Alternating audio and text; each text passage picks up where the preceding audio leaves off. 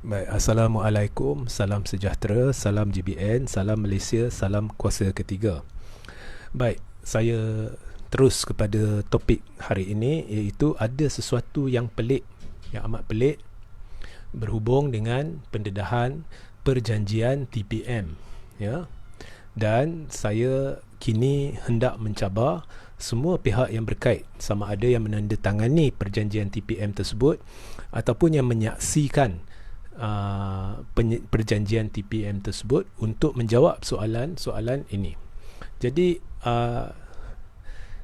live hari ini saya cuba ringkaskan, dan saya janji pencerahan saya hari ini bukan hanya akan mantap, tetapi akan menjelaskan kepada anda sejelas-jelas mungkin mengapa saya yakin, ya, berdasarkan pembacaan politik saya, berdasarkan maklumat yang telah saya terima, dan berdasarkan pendapat sumber-sumber berkait tertentu yang boleh dipercayai, yang sependapat dengan saya, mengapa saya yakin semua babak pendedahan perjanjian TPM ini adalah sesuatu yang terancang, ya, dan tidak ada isu Perdana Menteri tertekan oleh bersatu. Jadi saya akan jelaskan, dan ada banyak soalan yang perlu dijawab oleh pihak-pihak berkait. Jadi pertama sekali,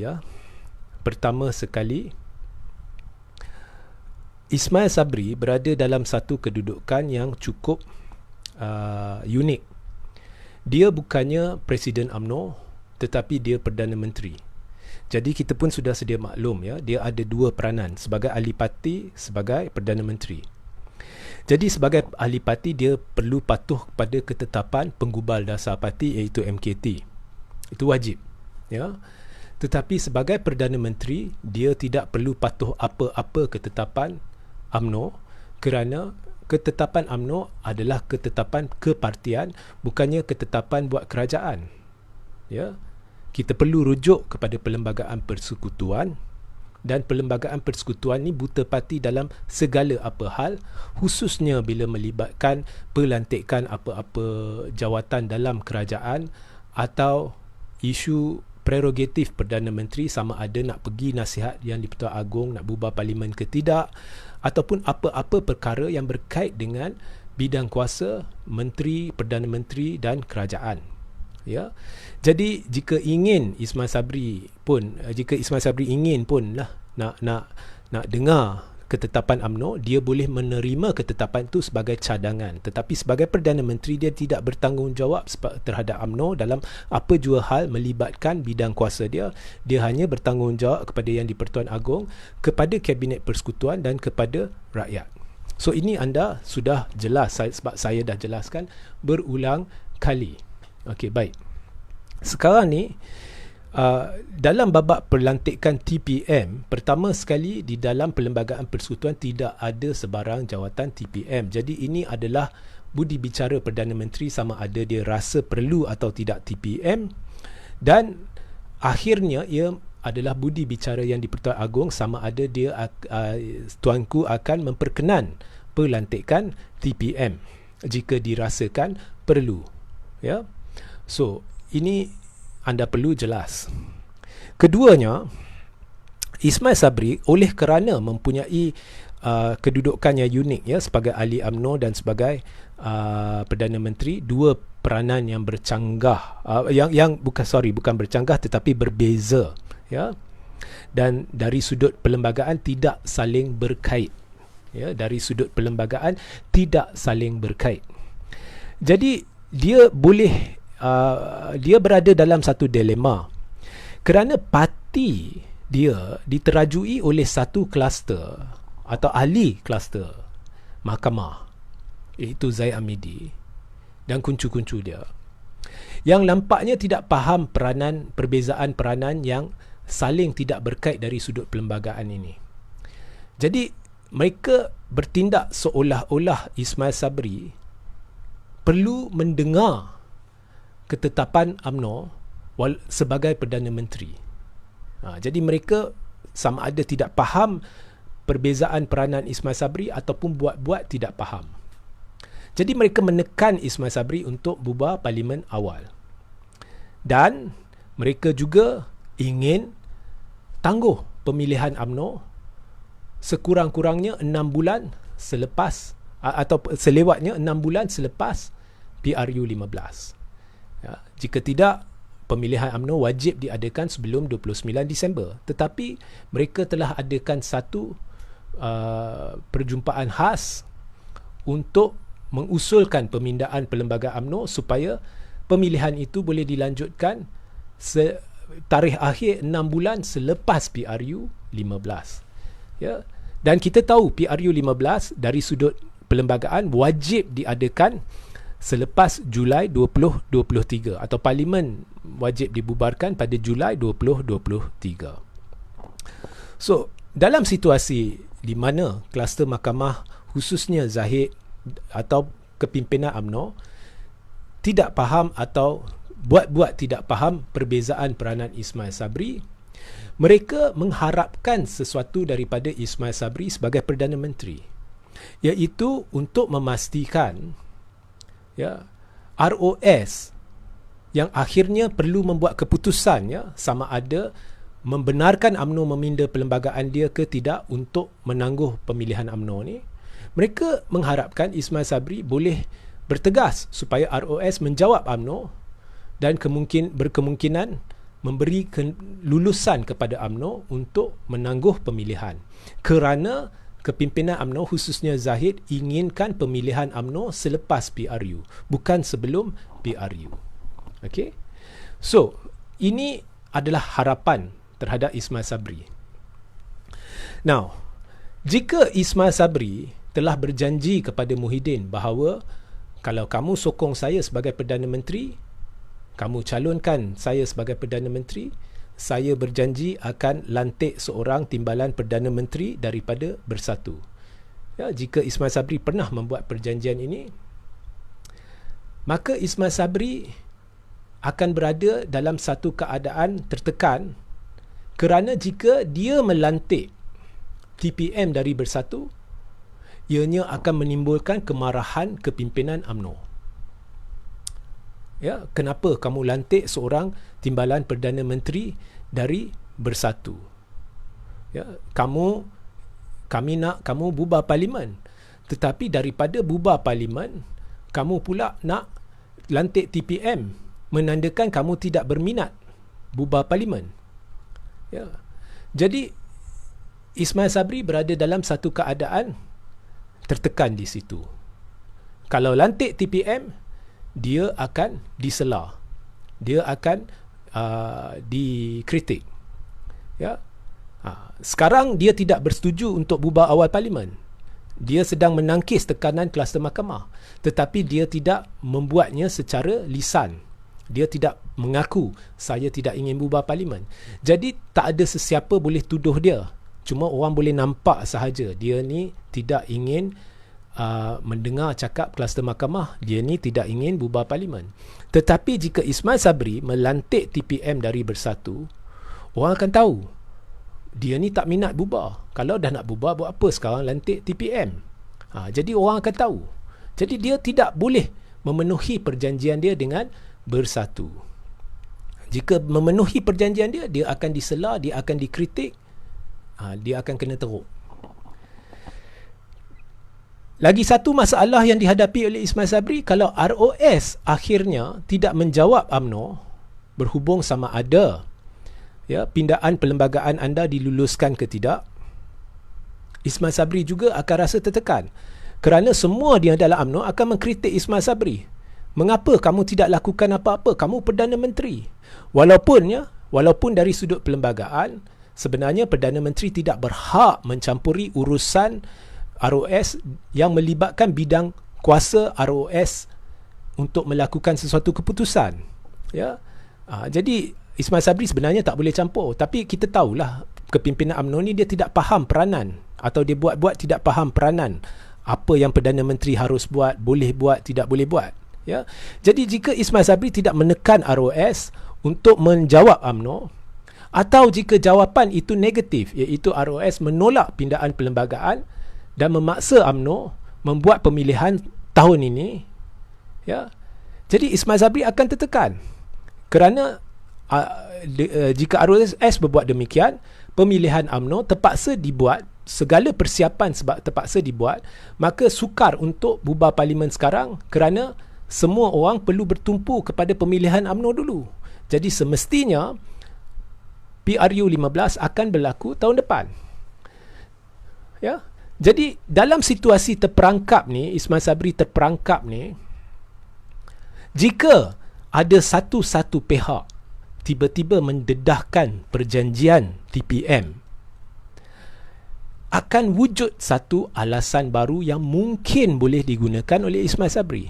Okey, sekarang ni perjanjian TPM ni sudah didedahkan. Itu pun sekerat, bukan penuh. Itu pun sekerat. Saya akan bincang kemudian.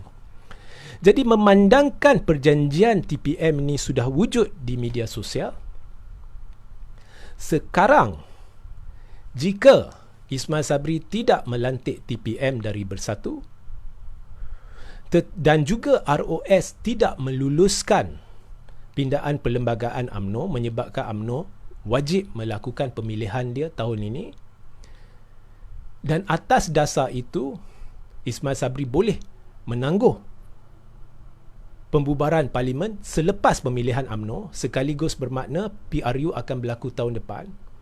Tidak ada sesiapa dari UMNO boleh kritik atau sela Ismail Sabri kerana akan wujud persepsi bahawa Ismail Sabri melakukan yang betul. Dia tidak ingin lantik TPM dari Bersatu, jadi Bersatu telah balas dendam dengan tidak meluluskan pindaan perlembagaan UMNO, menerusi menteri dia di KDN yang mempengaruhi ROS, ya. Dan dengan itu Ismail Sabri juga ada alasan untuk menangguh pembubaran parlimen selepas Disember 29, menyebabkan PRU seawalnya lah pada hujung Januari 2023 atau Februari 2023. Ya, dan Ismail Sabri akan selamat. Ya. Saya tidak kata Menteri KDN sedang balas dendam, akan balas dendam, akan campuri urusan ROS dan sebagainya.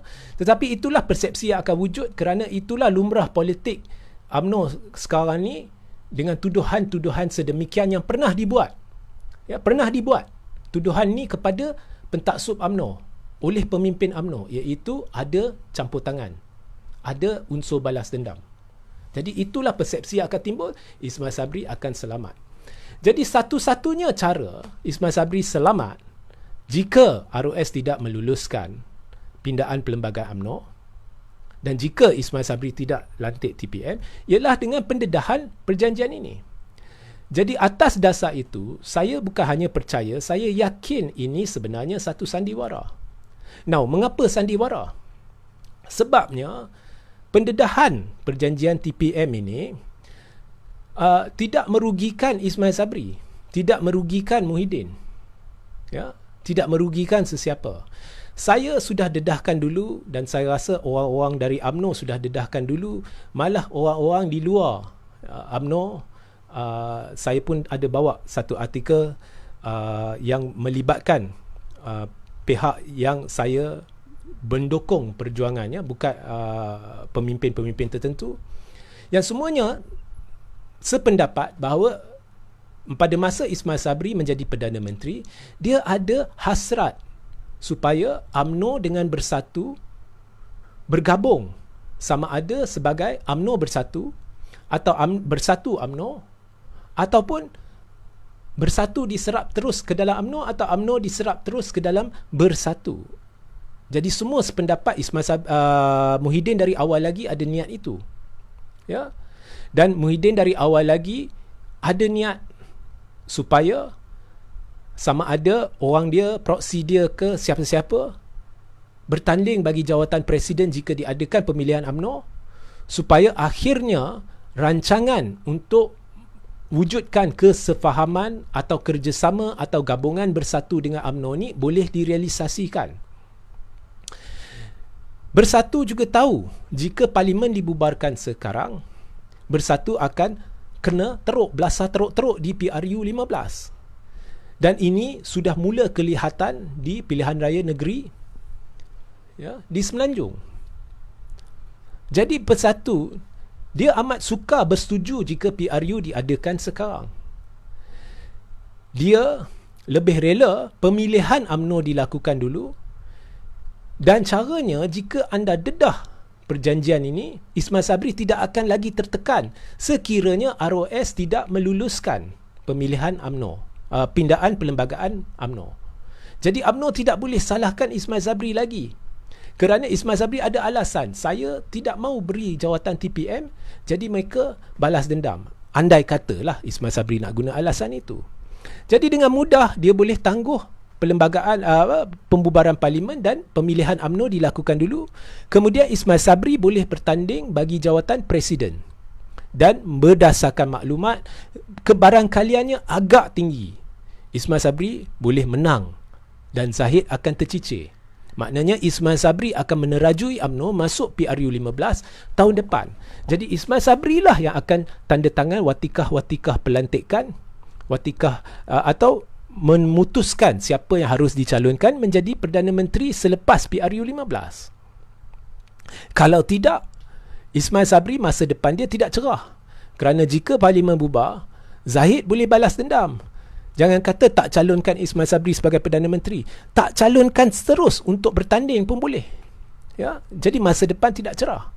Jadi Ismail Sabri saya lihat ingin pemilihan UMNO dulu sebelum PRU. Bersatu Muhyiddin saya lihat ingin pemilihan UMNO dulu sebelum PRU.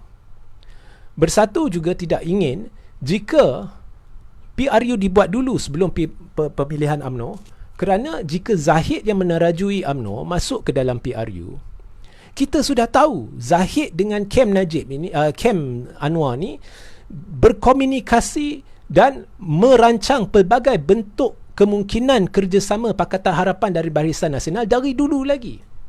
Dan ada membincangkan jajaran politik baru melibatkan Barisan Nasional dan Pakatan Harapan sama ada sebelum PRU 15 atau selepas PRU 15 mungkin kerjasama untuk bentuk kerajaan.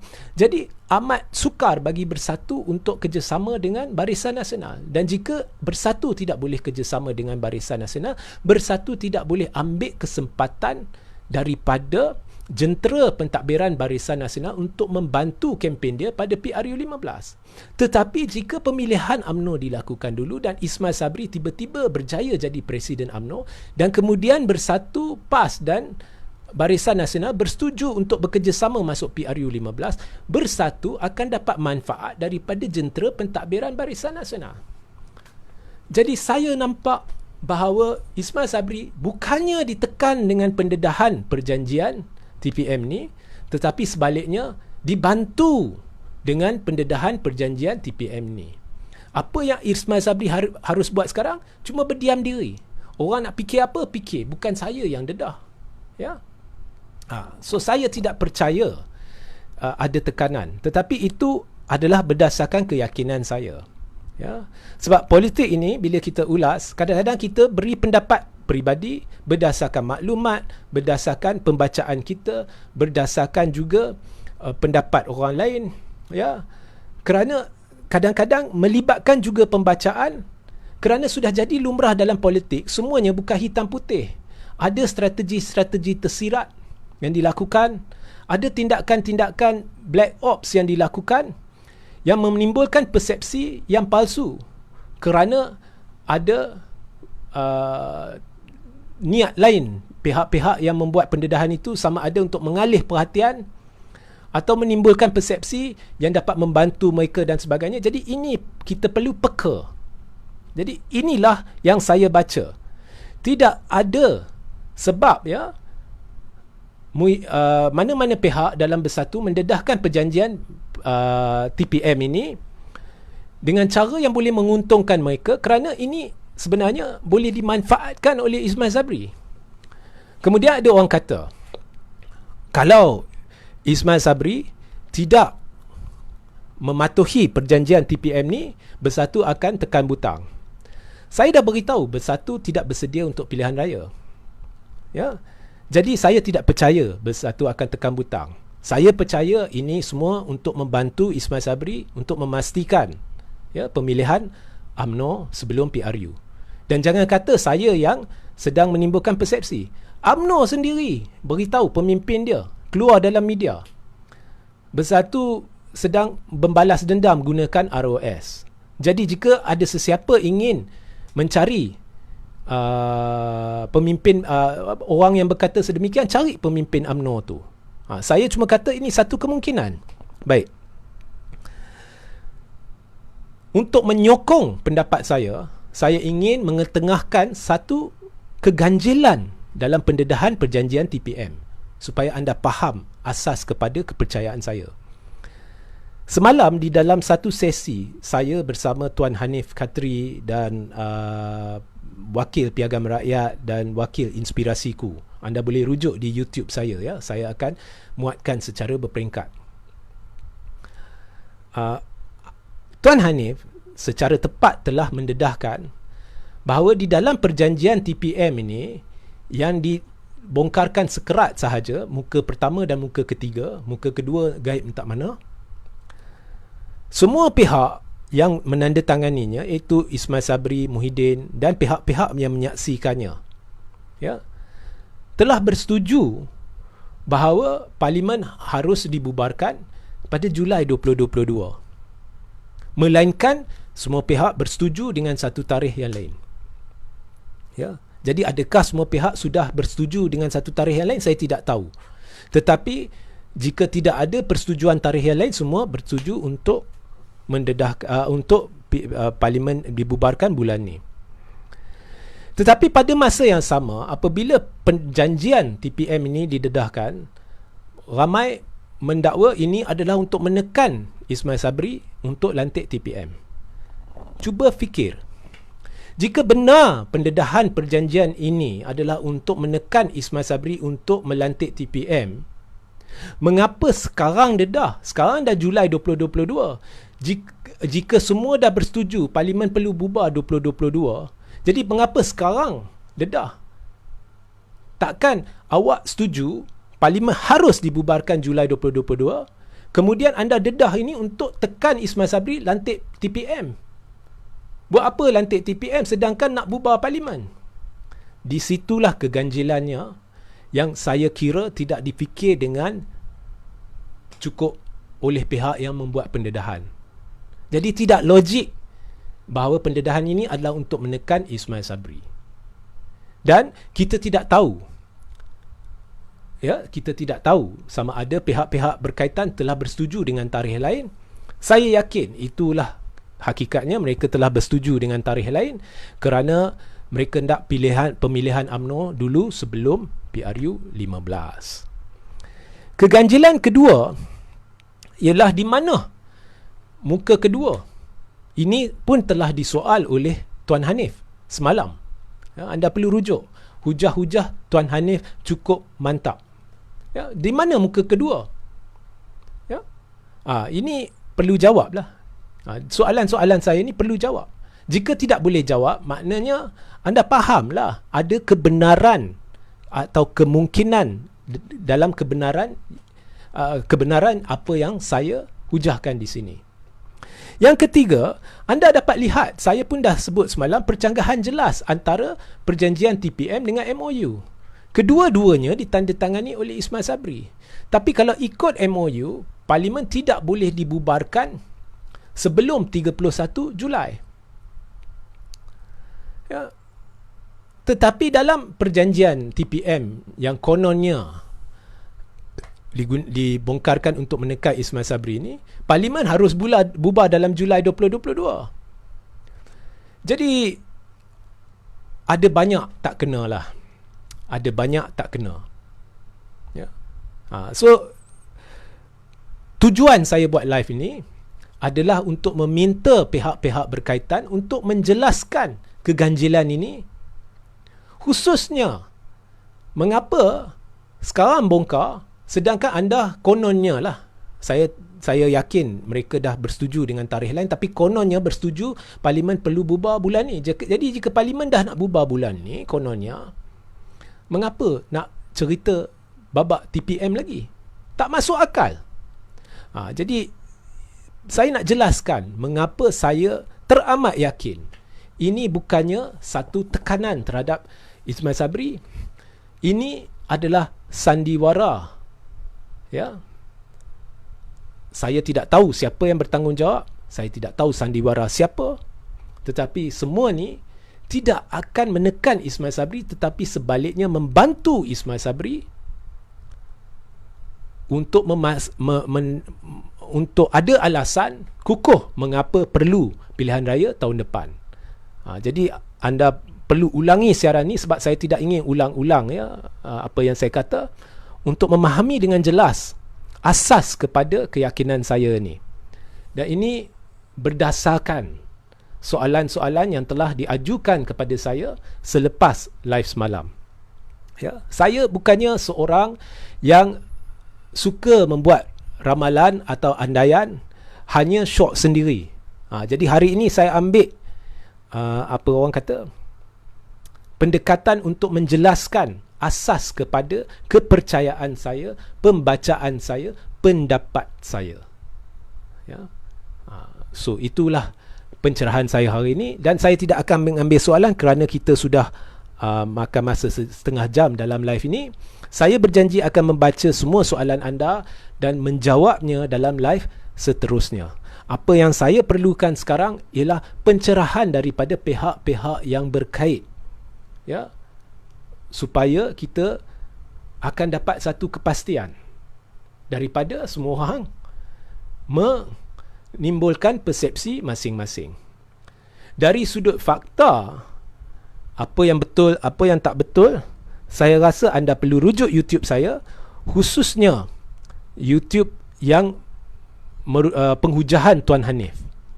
Kalau anda hendak mendapat pencerahan berhubung mengapa saya rasakan ini satu wayang kulit, di dalam live semalam juga saya ada sentuh. Jadi ada satu YouTube berhubung perkara tu, anda wajib juga tonton. Saya akan letakkan link di ruang komen.